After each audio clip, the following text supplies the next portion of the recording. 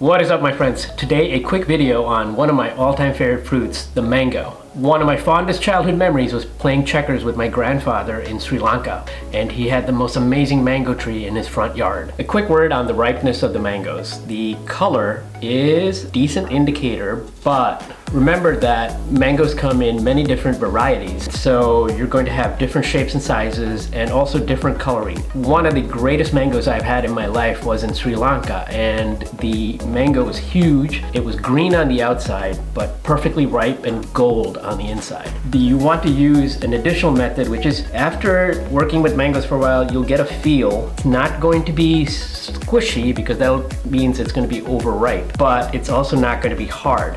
And as you gain more experience with the mango, you will get kind of like a feel for it. It's going to have a slight softness that shows that it's ready to be eaten. I'm going to start by saving you some money. You will see out on the internet a mango splitting device that looks much like an apple corer. And I'm going to tell you, don't waste your money. If you have a simple knife and a peeler, you'll do just fine. What I don't like about the corer is that it comes with a specific size for the seed. And the reality is, as I said earlier, mangoes come in all shapes and sizes. So you're going to have seeds that are too big for it, or seeds that are too small and leaves too much flesh on the seed. I think the knife is the best method. The only two methods I use are the peeled skin and cutting method, and then the cutting with the skin on. I don't do any of the convoluted stuff like sticking it in a cup and using spoons and things like that. So that's really the only thing you need, in my opinion. The first thing you had to decide is how you're going to serve your mango. Is it going to be skinless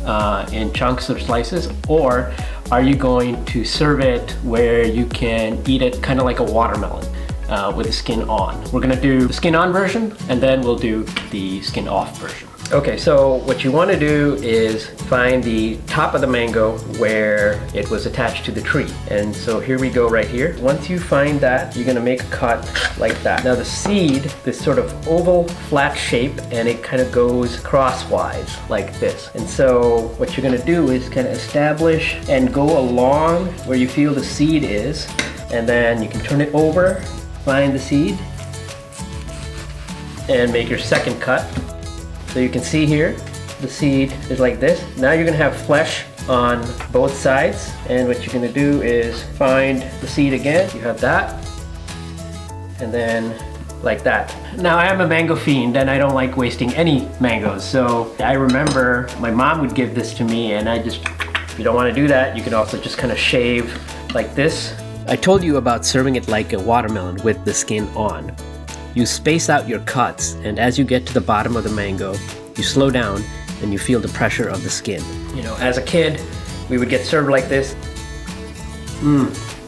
That's delicious. Same thing applies for the long piece. So you score it without cutting through the skin, and then go crosswise, that, and then I remember as kids, you'd get it like this, and it was amazing. So if you feel too much like a slob, putting your face all over this, then just take a spoon and just kind of scoop it like that. Otherwise, just straight up eat it. It is delicious and awesome. Okay, the second method is the skin off method. That is more useful for when you're going to mix it with other things like a fruit salad and you don't want the skin on, or you want to have chunks. Let's say you find a whole batch at the grocery store of very close to ripe mangoes and you don't want it to go to waste, and you want to cut them into chunks and freeze them. For this method, you can do it all with just a knife, or if you have a peeler, that also helps. We're going to start again by establishing where the mango was connected to the tree, and we're going to make a cut like that.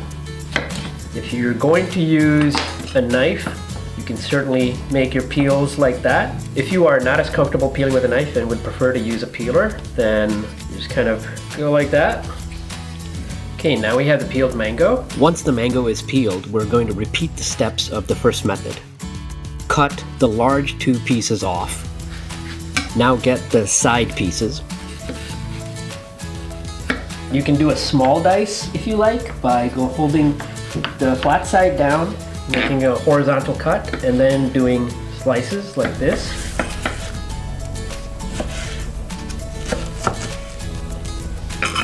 If you want people to eat it like this, you can leave it like that, or you can go into bigger chunks.